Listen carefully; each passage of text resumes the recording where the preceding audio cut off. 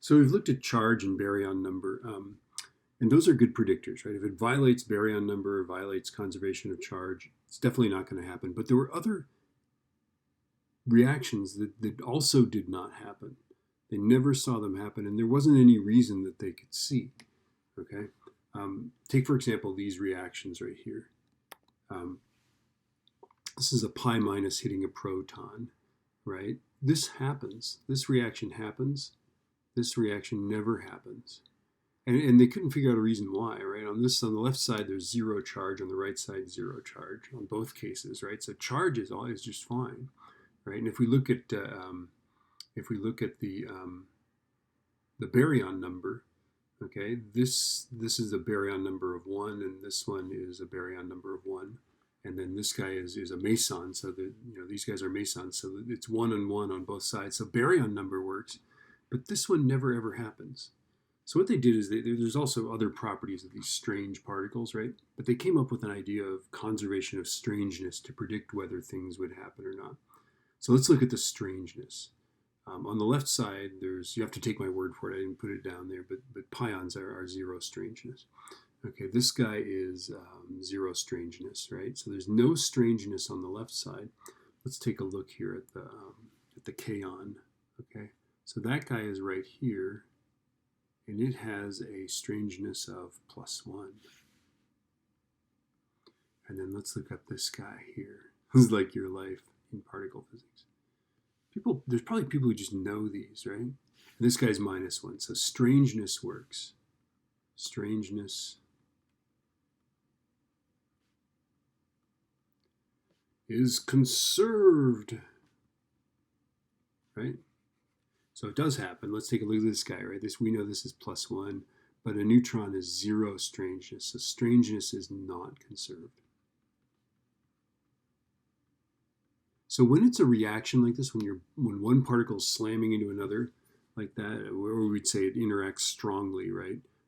Then the strangeness has to be conserved. In a decay, strangeness is not conserved. So when for example, the lambda decays, that it doesn't conserve strangeness. So there it is. Well, there's another property too that strange particles have, and this is not just a rule. It's not always true, but it's in general true. So take a look at these particles that have strangeness here. Let's find them. There. And then take a look at their lives. I mean, that's a short life, right? But the non-strange particles, if we go up here and look at the ones that aren't strange, all of these guys have much shorter, for the most part. There are a lot of exceptions. But in general, these strange particles have much longer lifetimes than the non-strange particles. And this is the first thing that they observed, right? Were these strange particles. Now, I ask your college professor why this is. I don't know why this is, but this is the case.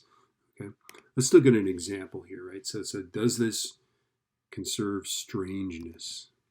We've already, by the way, shown that it conserves baryon number. Okay, but let's look at strangeness. So protons are zero strangeness, right? And antiprotons are -0 strangeness. So there's 0 and 0 here, right? And then let's look at this guy here. That's the matter particle, and it's got -3, so it's not looking good here, folks.